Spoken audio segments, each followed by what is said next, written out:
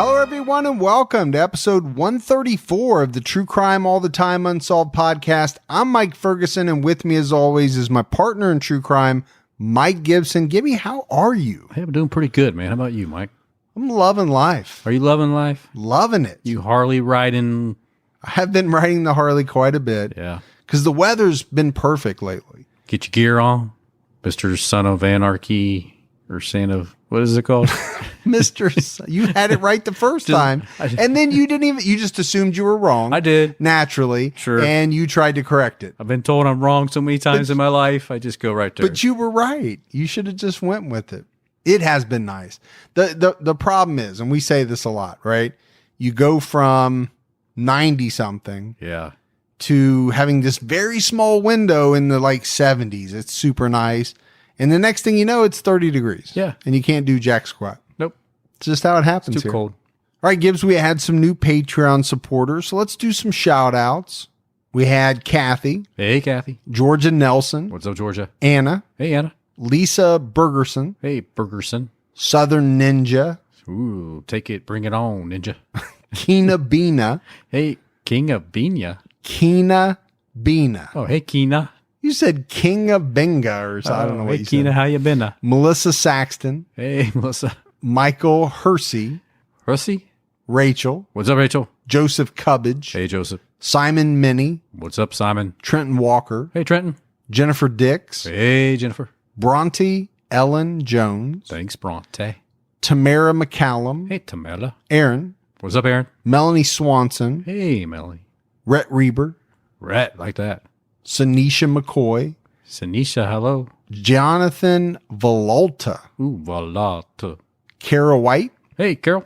Cynthia Cardenas. Cynthia. Michelle Long. Hey, Michelle. Laura. What's up, Laura? And Lynn Campbell. Hey, thanks, Lynn. So we appreciate all that new support. And then if we go back into the vault, Gibbs. All right. This week we selected Donna McGrath. Hey, Donna. Been with us a long time, Sure long-time has. Patreon supporter. We appreciate that. Hey, in the vault, did you find that one thing that I left there? I didn't. I know you asked me to look for it.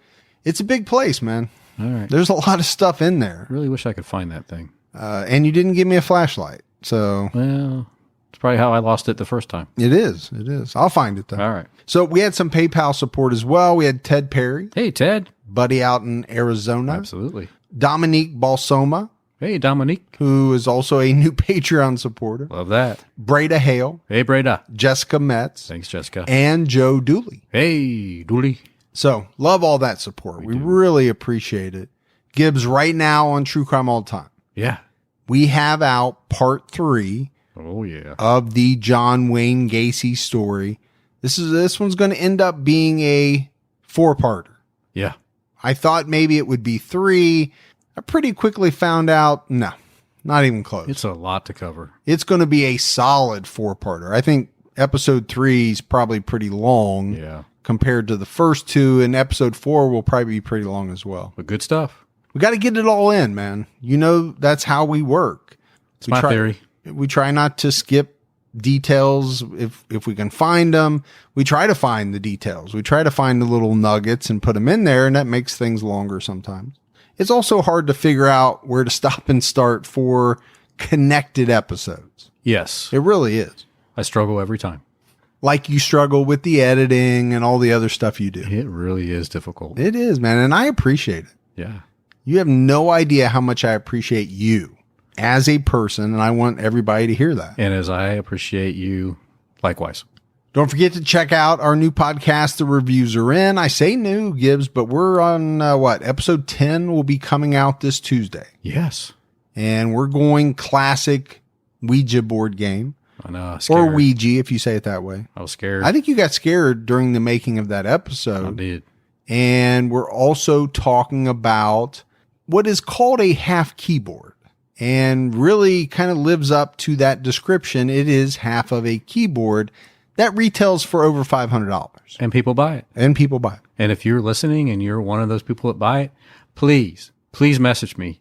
I've got to talk to you. We want to know why you bought it because we make fun of it just a tad bit. Yeah. And I've got a few things I want to sell you. All right, buddy. Are you ready to get into a brand new episode of Unsolved? I'm all set. Are you nodding? I was nodding to you, like, because you guys could hear my nod, right? You hear because the marbles are rolling back and forth or something, as he would say. So on this episode, we're going to cover two separate cases that both occurred in Lee County, Illinois. The first case is the murder of Amy Todd Fleming, and that occurred in 1996. And then we'll discuss the 1983 murder of Gary Dawson. But what's interesting is that the murder of Gary Dawson actually comes up in connection with the murder of Amy Todd Fleming. So we'll be talking about it a little bit, but then also talking about it separately as a case of its own. All right, so let's dive into the 1996 murder of Amy Todd Fleming.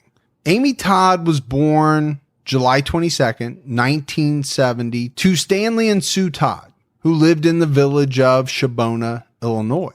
Amy was the oldest of three siblings. She had one younger brother and one younger sister.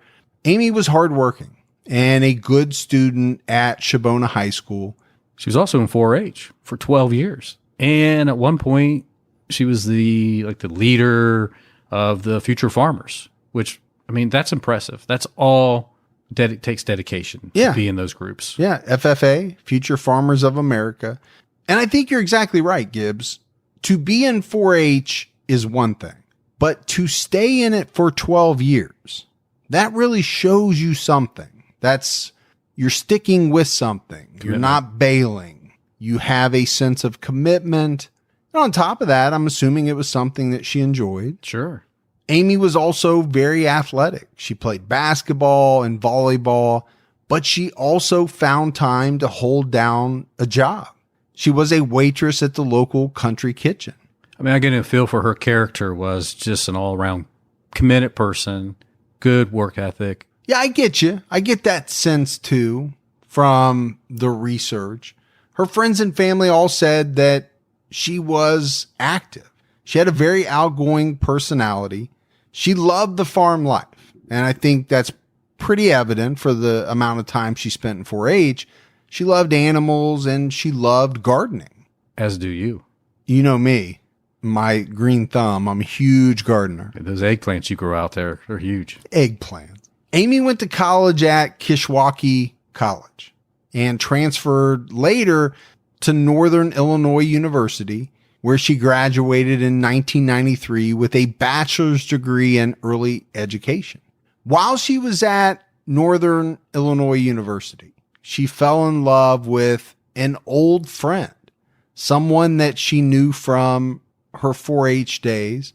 This was a guy by the name of Derek Fleming, who at the time was running a local farm. Amy and Derek got married on July 1st, 1994 at the Calvary Lutheran Church in Lee County, Illinois. Amy loved being married and she was looking forward to starting a family. After college, Amy began working at the Indian Creek school system as a teacher. She taught middle school special education, and she was also the coach of the volleyball team. She headed up the school's agricultural group as well. She was really involved. Well, it seems like it just carried over, right? You look at her in high school. Yeah. She's into this, and this. At the same time, holding down a job. Now, she has a full-time job. She's married, but at the same time, willing to give up some of her time to coach, to head up school groups. Yeah. Again, I think it all goes back to character. On Thursday, January 11th, 1996, Amy Fleming didn't show up for work. And this was so way out of her character. Gibbs, this is something that she had never done before. Again, when you talk about character, you talk about commitment, you're talking about a person that if they're supposed to be at work on Monday at 8 o'clock, they're going to be there. Yeah, she's an overachiever. And if they're not, they're going to call. Yep. So for this not to happen, because she didn't even call in sick, didn't call in at all, this is really going to cause some alarm. That's really going to cause some concern. Yeah, I think it is because it's so far out of character. I hate to keep using that word, but I think it's important. Her friends at school were extremely worried. They called her house. No one answered. They knew that her husband was away at a cattle show. And I think that made their level of concern grow even higher. So a couple of her coworkers drove out to her house to check on her.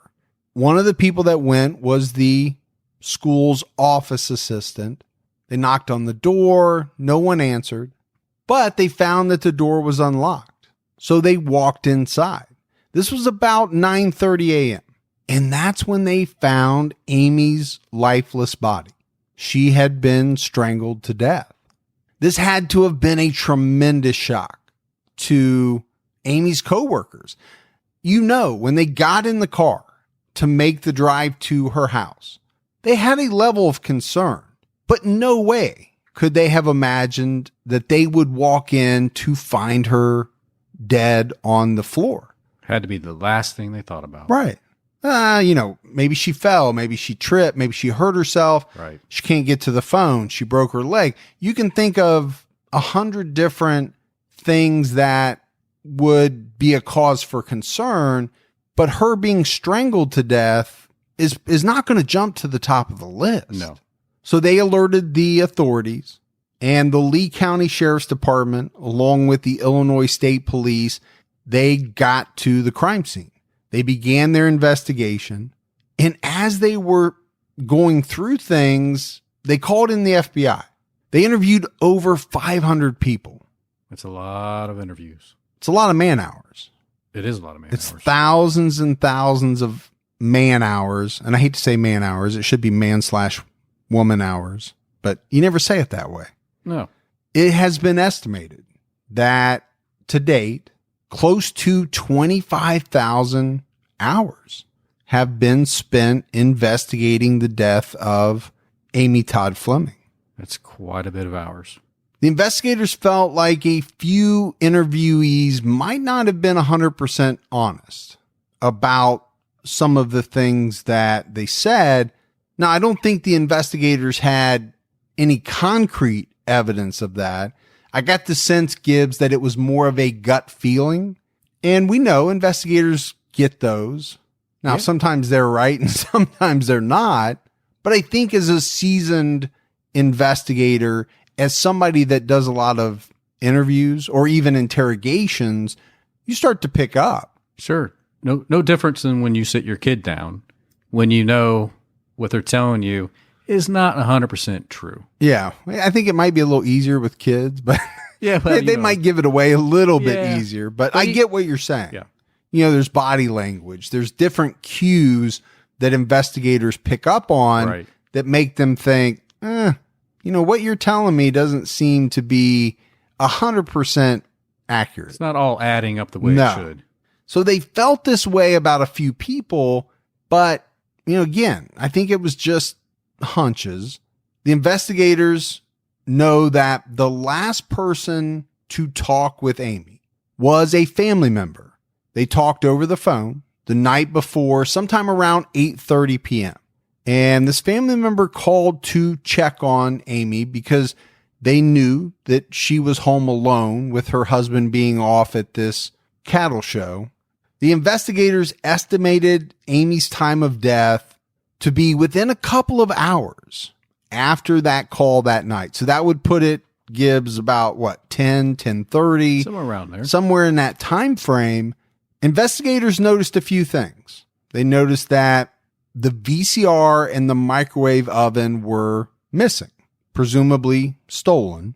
But as they investigated, they began to feel that the scene was staged to look like a robbery, but it really wasn't one. So I think at that point, their thinking shifted to, okay, whoever killed Amy, whoever strangled her, knew her. They knew how to get into the house because there were no signs of break-in. Right. And they staged the house to make it look like a robbery because that would maybe point the police in the direction of this being a stranger, a random act. and not someone that was intimately familiar with Amy, which is a good strategy. It is a good strategy. And they also felt that was most likely one person that did this, but they weren't going to discount the fact that it could be two. They were going to stay open to the possibility. Which is a good thing, right? I do think that's where investigators sometimes get in trouble. They have theories. Everybody has a theory. I think where people get in trouble is when they totally close off anything that doesn't fit their theory. Right. Even though the evidence is pointing them in that direction. But it sounds like in this case, they weren't going to do that. Now, they did have to check out the husband, Derek. That's a given, right? We know it. We've said it time and time again. The husband, the spouse, the wife, the boyfriend, the girlfriend, they are going to be looked at and looked at very intensely. And always should be. And should be. But Derek was cleared very quickly, right? He had an alibi. He was nowhere near the house. He was away at this cattle show. So the family had a small service at the Calvary Lutheran Church in Lee County and then proceeded to the Rose Hill Cemetery where they laid Amy to rest. The Lee County community came together. They raised $25,000 for a reward for any information leading to the arrest and conviction of Amy's murderer. I think that's a lot of money back at that time, based on some of the rewards that we've seen in similar years. I do think it's a considerable amount of money, number one, given the year and given the number of people that probably live in this community. This is good farmers coming together. Her husband and other family members started the Amy Todd Fleming Memorial Fund in 1998. This was a fund to benefit special needs children in the Indian Creek School District. I think that's amazing. I do too. Obviously, Amy had a passion for wanting to help children with special needs. She went into that role. It must have been something that she was very passionate about. So I think that's a great way to honor her memory. In 2016, on the 20th anniversary of her murder, the news ran a story, and the story actually generated some new leads that came into investigators that they had to chase down, 8 leads in total. And the investigators are pretty excited about this. You know, it's something fresh, gets the case going again. Well, it's been 20 years. So I can see where they would get excited about new leads coming in on a case that, you know, is so cold at this point. And they actually said that the leads were very helpful, gave them some additional information. They still have some missing pieces of the puzzle, clearly, but it helped shift and realign things where they needed it, and it gave them a very positive outlook. The case is still being investigated today. You know, I said the case has gone cold. It's not technically a cold case. And I think there's a distinction to be made there, right? They're actively working on it. To me, I kind of call a cold case something that is 20 plus years old. Yeah. But I think in police vernacular, a cold case is something very specific. They're saying this is not one of those. They're constantly reviewing and following up on any leads. They're continually running fingerprints and the DNA collected at the house for any potential hits. And I think that's very important. Gibbs, you and I have touched on it a couple of times. It's something that has to continually be done because you don't know when your perpetrator is going to slip up and find themselves being entered into a database. Right. And there you go. You know, run those fingerprints, you might get the hit. DNA, as you know, you've talked about so many times that with the improvement, it could happen at any moment. Now, we talked about the fact that investigators from the beginning felt like there were some people maybe not telling the whole truth. They hope that somebody will come forward, tell the truth, tell what they know, and give them the information they need to solve this case.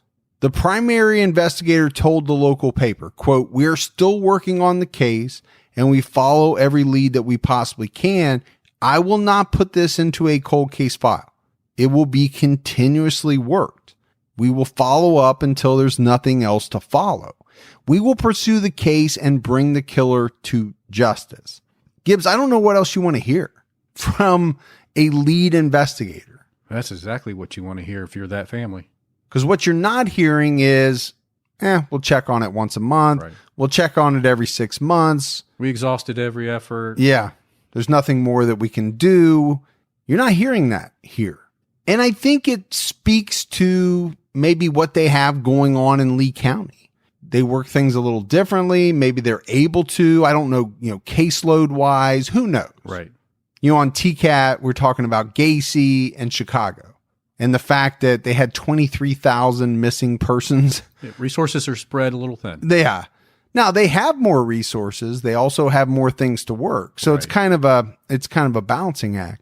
And I think to that point, Gibbs, in 2015, a 1983 murder in Lee County, this was the murder of Gary Dawson, got some major attention.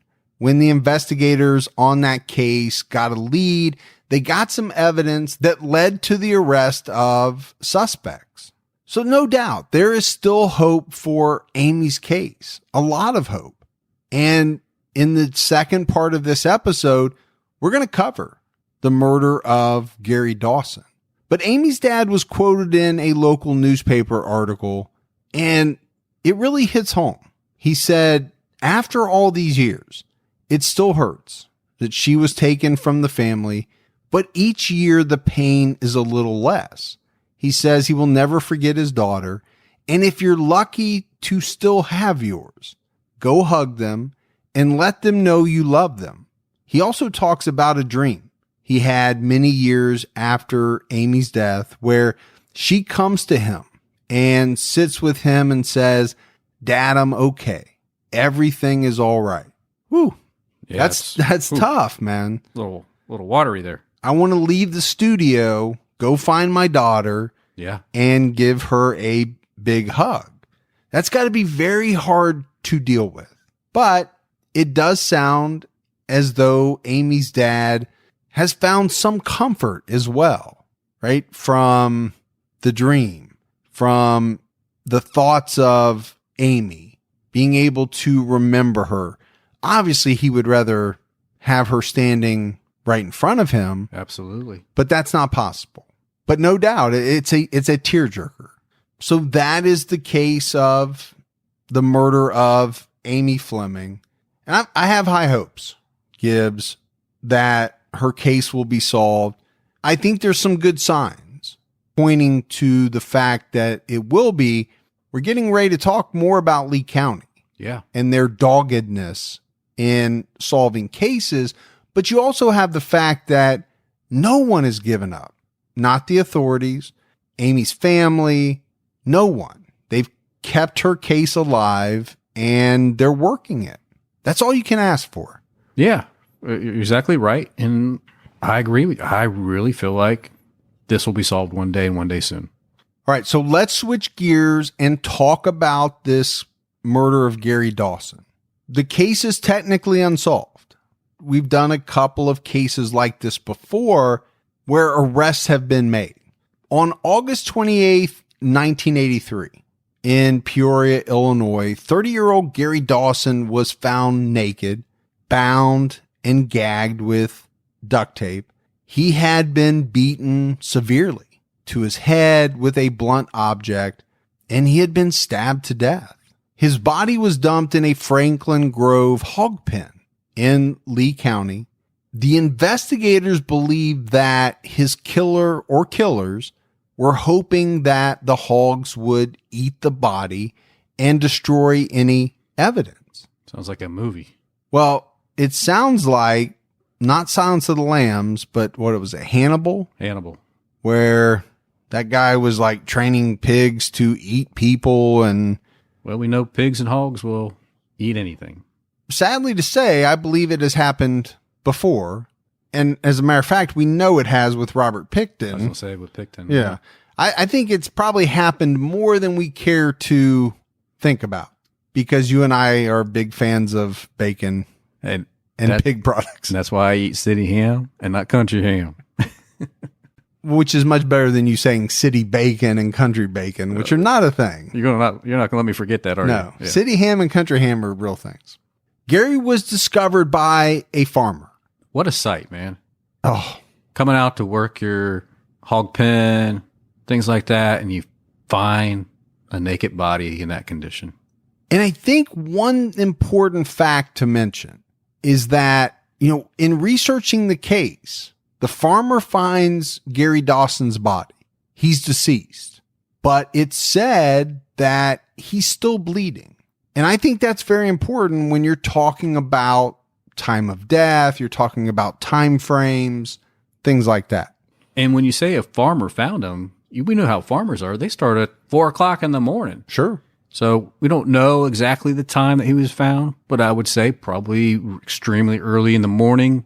So it could have been just not too long after someone tried to drop the body off.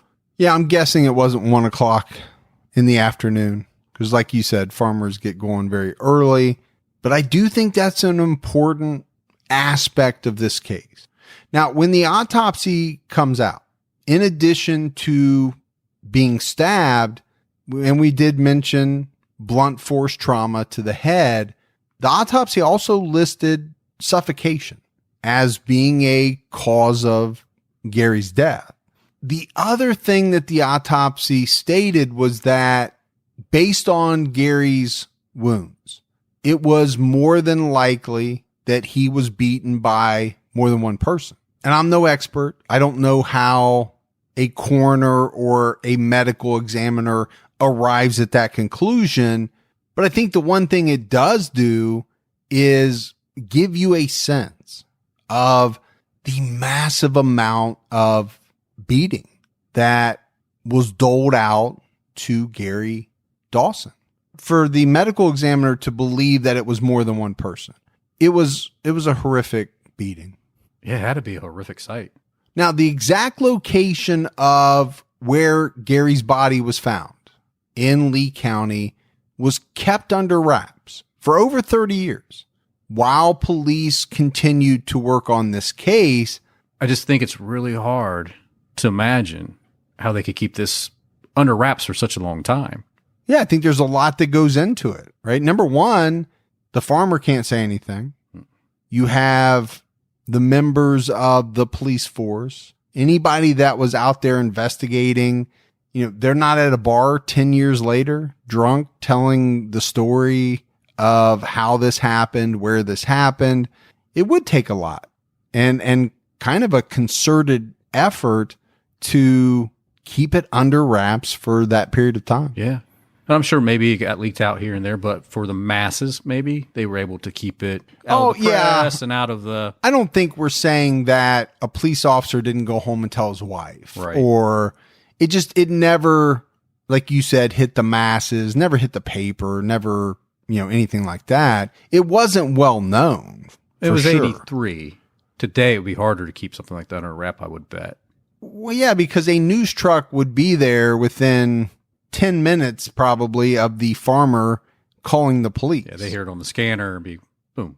And then somebody would be using Twitter to document every movement the police made. And it's a different world, right? 1983 seems like almost a different lifetime. You and I were alive. Yeah. But it was a far cry from what it is today. Oh yeah. I couldn't even imagine going back to 83, knowing where we are today. I can imagine going back for a day or two. I actually think it would be nice. You met Michael J. Fox now? Yeah. I'd like to go back just for a day or two. Yeah. But not long term. Go back to that one girl and say, hey, remember me? You just want to go back to look at your hair in the mirror. Oh my gosh. That would be awesome. Yeah. I can look at pictures though. But let's get back to Gary. Gary Dean Dawson was born on July 10th, 1953 in Peoria, Illinois. He had a pretty rough life from the get-go, Gibbs. He got involved with drugs at a very early age. As a child, he went through the foster care system and then later was adopted. As an adult, Gary married his wife in the 1970s. They had 2 boys, and Gary was still married to this woman at the time of his death. But we mentioned that he had an issue with drugs from an early age. He also had a past that included dealing large amounts of drugs as well as using them. Just a month before his murder, Gary made the decision that he was going to try to turn his life around. He was going to clean his you-know-what up, Gibbs. Yeah. He had stopped the drugs.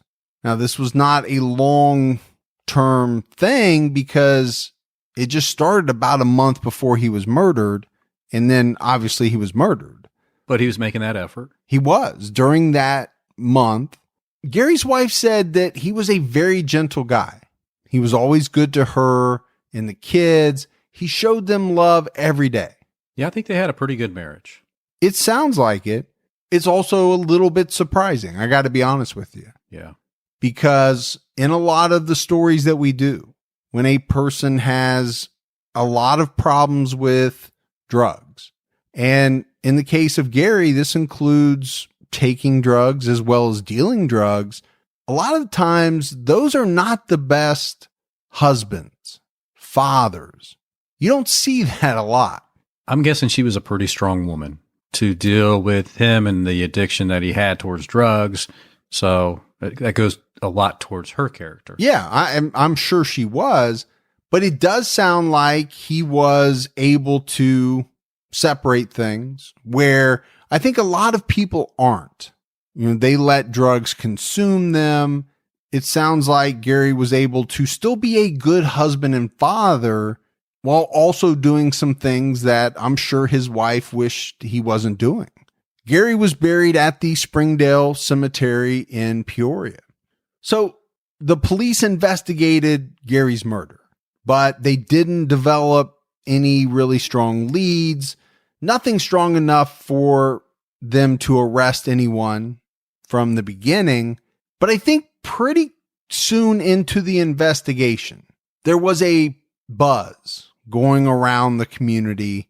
There was a thought that possibly 2 local brothers and one of their friends might have had something to do with the brutal murder of Gary Dawson. And these names got passed around town. The names were Terry Bobel and his younger brother, Kent Bobel. The friend tied to them was a man named Stephen Watts. But Gibbs, you know what it's like when rumors start. And this can be a rumor anywhere, at work, at school. Names get bandied about and things start to fly around pretty quickly. Before you know it, it's all over the place.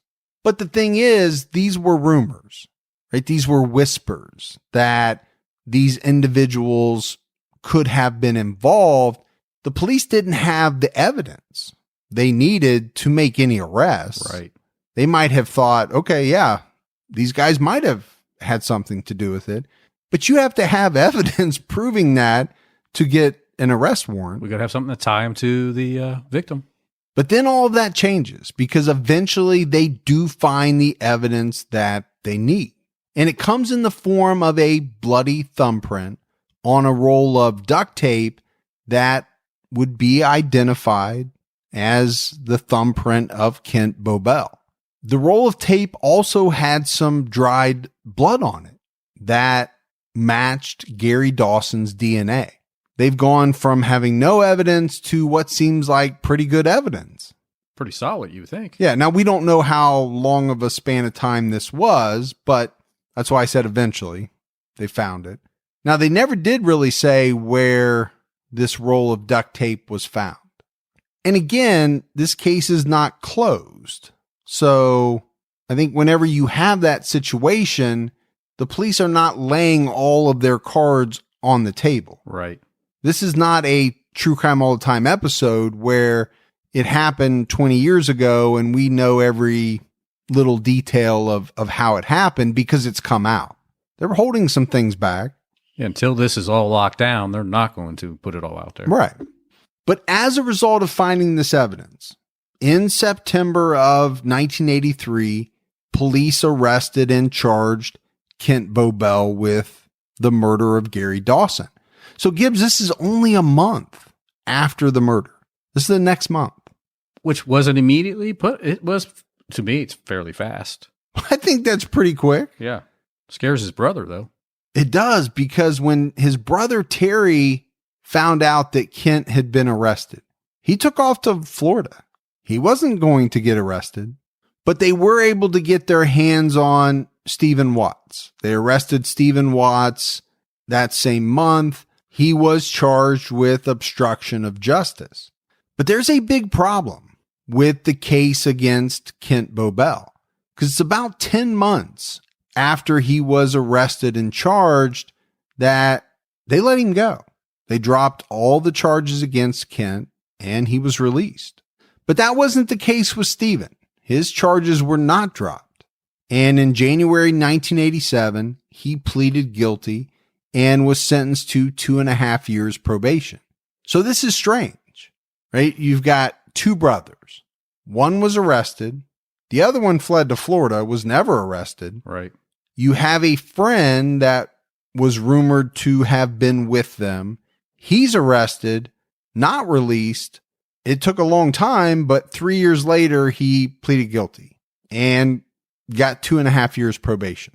I think one of the big problems we have is we don't know the intricate details of why the case against Kent Bobel fell apart.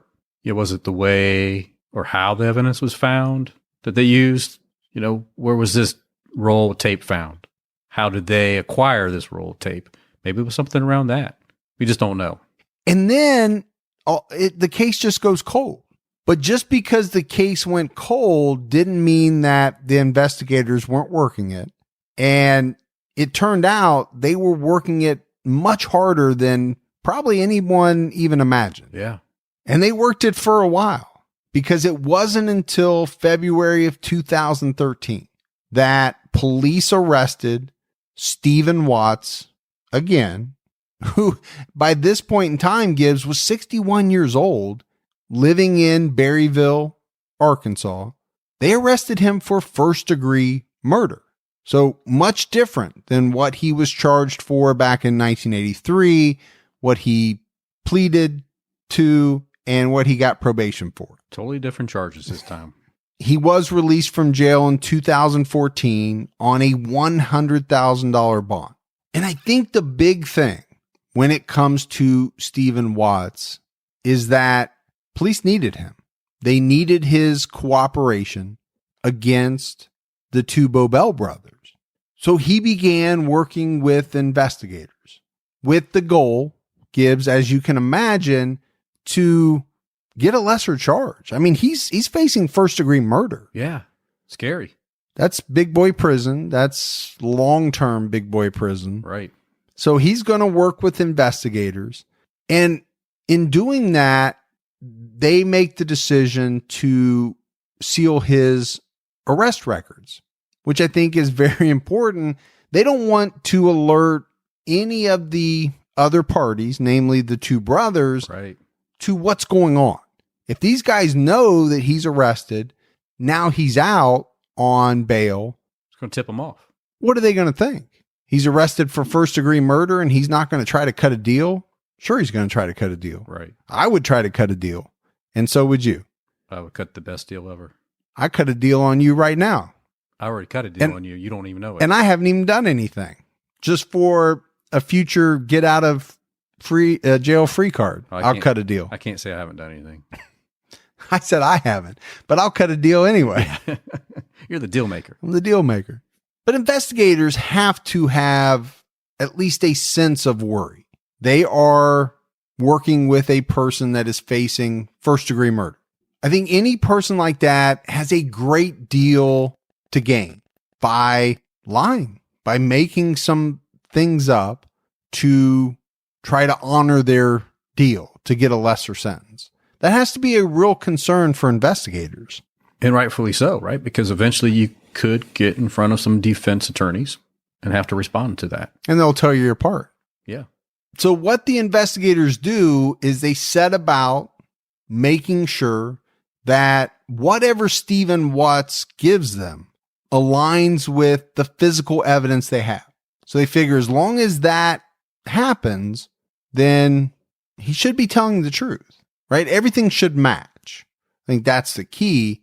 So investigators said that back in 1983, Stephen Watts was one of Peoria, Illinois' main marijuana dealers who at the time hired the Bobel brothers to murder Gary Dawson because Steve's brother, Bill Watts, owed Gary about $100,000 for drugs. It's a lot of money. And that is a hell of a lot of money in 1983, for sure. But there was also the little matter of the fact that Steve thought Gary was sleeping with his wife. That might be a little bit bigger factor sometimes. Sometimes. So you put those two together, Steve makes the decision that Gary Dawson has to die. To make that happen, he brings in the Bobel brothers. Steve told investigators that the four of them, so it was Steve, Gary Dawson, Terry Bobel, and Kent Bobel, all belonged to the brothers' motorcycle club in Peoria.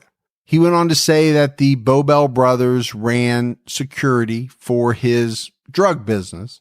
Steve went on to say that he and the Bobel brothers found Gary at his mom's garage. Gary was working on his bike and they kidnapped him right out of his mom's garage. So they kidnapped him. Steve drove the car. Gary was in the back seat, wedged in between the two Bobel brothers who were already beating him. While they were driving in the car, they were beating him to his face, to his body. Steve said that at one point, one of the brothers took out a .357 pistol and smashed the butt of the pistol into Gary's head. They pulled into Kent's home, got Gary out of the car, and this is when they duct taped his mouth, his legs, hands, and then they tossed him into the car's trunk. Steve said that after they left Kent's home, they headed over to a friend's mobile home in the city of Rock Falls. And apparently, when they got to this friend's house, this was a guy by the name of Randy Wilson. Randy opened up the trunk and found Gary Dawson dead. And according to Steve, it was Randy Wilson who told them about the hog farm that was just up the road and said they should take the body there, throw it in with the hogs to get rid of it. They all agreed and they headed for the hog farm. Once they got to the farm, they decided to remove all of Gary's clothes and some of the tape. They then carried his body over to the hog pit shelter. But this is where the case gets even more interesting because in 2015, keep in mind, this is 32 years after the murder of Gary Dawson. Police arrested Terry Bobel, who by this point is 71 years old. The Lee County prosecutor charged Terry Bobel with 5 counts of first-degree murder. What a strange knock to get at your door 32 years later. At the age of 71. Probably the last thing you ever thought would come. Yeah, it kind of reminds me of Golden State Killer case. Yeah. That guy, I think he was in his 60s, maybe. I don't know if he was 70 yet. I can't remember his age, but much like this. Yeah. Now, that guy committed a bunch of crimes, but had lived his life probably thinking, you know what? I'm free as a bird. They're never going to catch up to me. It's been too long. I had a girlfriend in 6th grade. Great family. Well, you don't have to brag about it. No. But, you know, family was great. Mom and dad was great. Fast forward to the end of college, and I'm watching the news. Her dad gets arrested for killing somebody 25 years prior that they finally were able to figure out it was him and a couple other people that killed a farmer because the guy kept a lot of cash like under mattresses and things like that, and they needed the money. And it just devastated that family. And I couldn't believe this guy was like the nicest guy. Like all-American Joe, dad. Yeah, but he did this terrible thing.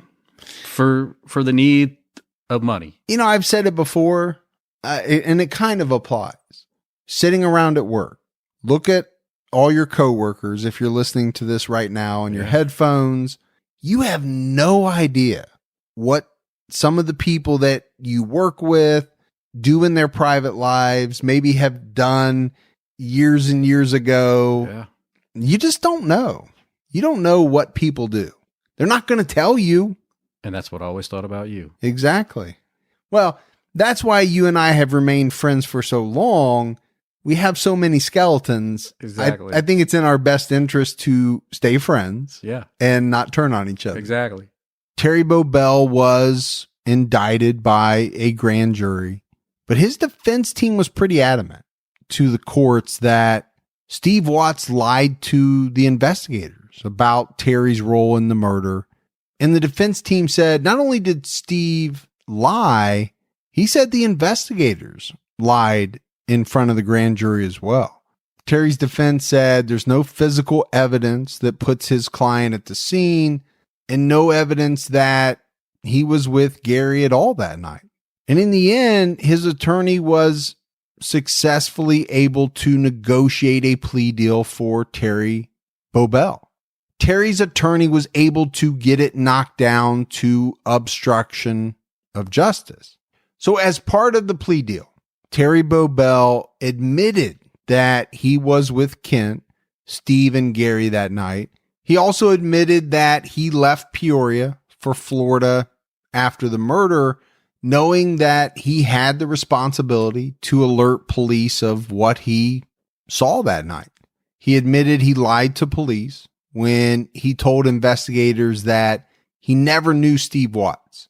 His goal was to protect his brother from going to jail. So in the end, Terry received 18 months of probation for the obstruction of justice. Add on to that, he can no longer own a firearm. He can't use drugs. He can't use alcohol. He has to stay away from bars, and he has to submit his DNA. But the murder charges were dismissed. Pretty good deal. It sure seems like it. Now, we do have to dissect it a little bit. He said, I was there. He never admitted to actually doing anything to Gary Dawson. Right. He never admitted to physically beating him, killing him, nothing like that. Right. I think 18 months of probation, I would take that in a heartbeat. As would I. I'm not 100% sure how you get from 5 counts of first-degree murder to obstruction of justice and 18 months probation. I'm just saying, I don't know how that works, and I'm not familiar with all the legal wranglings, but it's a big jump down. And I wonder if, was it because their case against them was really not that strong? Was it age-related? I don't know. The part we haven't revealed yet is that Terry's brother Kent was arrested the very same day he was. You know, by this time, he was 68 years old. They put him in the Lee County Jail and set a bond of $1 million. He too was charged with 5 counts of first-degree murder and is looking at life in prison. Now, the difference between Kent and Terry, Kent is out on bond, awaiting trial. He has yet to strike a plea deal, as far as we could tell. And we searched every newspaper we could find. I'm sure his defense attorneys are working on it. I think it would almost be strange to me if Kent wasn't able to work out some type of deal. And again, we don't know all the particulars, but it still strikes me as a little bit strange that you go from 5 counts of murder down to obstruction of justice. You have to assume Kent is going to be able to do something similar, unless they have some evidence against him that they didn't have against Terry that we're not aware of. I mean, Steve was able to work his down. Terry was able to work his down. So you're right. Why wouldn't Kent be able to probably get something of a lesser charge? But it's also why we're okay going with this on True Crime All Time Unsolved. Technically, there's still something to be resolved. Yeah. And I think Gary's family will be very happy once everything is resolved. I don't know if they're happy with the sentences Right. and the plea deals, but I'm sure they would be happy to get resolution in the case. It may not just be the resolution they were hoping for. Yeah, I'm sure they wanted someone to pay a little stronger, but Doesn't seem like anybody so far has really paid much of anything. But again, did these guys do it? How can you admit to being there? Gary ends up dead. Somebody had to kill him. And it had to be one of the people that was there that night. yeah. And according to Steve, it was one, if not both brothers. Terry's already off, Yep. essentially on probation. But you are taking the word of one criminal against the word of another. And that's always tough. That's always tough. But like they say, two goes to the table first that gets the best deal. That is true. So by that, does it mean that Kent may be left holding the bag? We'll see. We'll have to see. But I think there are some things to take away from this case. We've mentioned some of them. The police never gave up. They continued to work leads and evidence, 30 years after the murder. They were able to make some arrests. I don't know if I'm happy with the ending, but I do like the fact that they just never gave up on it. And it shows you, I think if we go back to the case of Amy, it shows you that they may be able to solve hers as well. It's kind of why we tied the two together to talk about them. When you get into the advancements in DNA and you have investigators that never give up, I think that makes for a good recipe to get a case solved. I really do. Definitely a level of dedication with that Lee County Sheriff's Department. Yep. So I think we'll for sure have a resolution with Kent. Yeah. And the murder of Gary Dawson. We'll have to wait on it a little bit. And then we're hoping to have something similar with Amy's case. Yeah. I believe that could be true. But that's it. That's it for the case of Amy Fleming and Gary Dawson. Gibbs, we got some voicemails. You want to check those out? Let's hear them. Hey, Mike and Gibby. This is Mindy from Northern Virginia. I'm a stay-at-home mom of 5.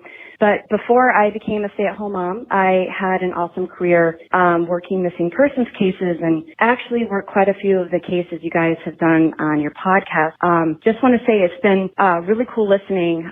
Your research is excellent, and I found myself sometimes even finishing your sentences because I remember some of the details of these cases after all these years. So it's been really neat listening and reminiscing about what I used to do. I hope to get back into my career someday, but I have a little guy with special needs. So I know I'm right where I need to be for now, taking care of him and taking care of my family.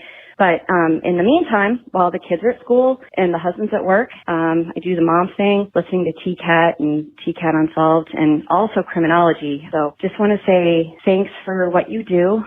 Please keep the podcast coming and keep your own time ticking. Bye. Well, we really appreciate that voicemail. So, pretty tough job. It's a really tough job. Raising 5 kids. One child has special needs. A lot of people talk, Gibbs, about what we do and what we're providing to people. I look up to someone like this and say, oh my gosh, you're amazing. Absolutely. Don't even compare to what you're doing. What's more important than raising 5 kids? I only have 2 and I know how hard that is. And I don't even do it full time. Never did. Yeah. I remember full time with 5. That's a lot. You're going to need some TCAT time and some bubble baths, I think. Hi guys, this is Amy. I just want to let you know that I just adore you guys. You are so funny. I love especially how Mike Ferguson just immediately knows everything that Gibby's saying just instantly. It's like so quick. And sometimes I don't know what he's talking about, but Fergie always seems to. I'm team both of you guys. You guys are both, you can't have one without the other, I think. And I'm always telling everyone about you guys. I listen to you while I groom dogs. I have my own business and I groom dogs, and all my clients are like, what are you listening to? And so I'll tell them, you have to listen to this podcast. It's so excellent. It's you guys, I love true crime, but you guys kind of nice I don't know, make it a little bit funny and a little bit nicer to listen to than some of the ones that are just kind of creepy.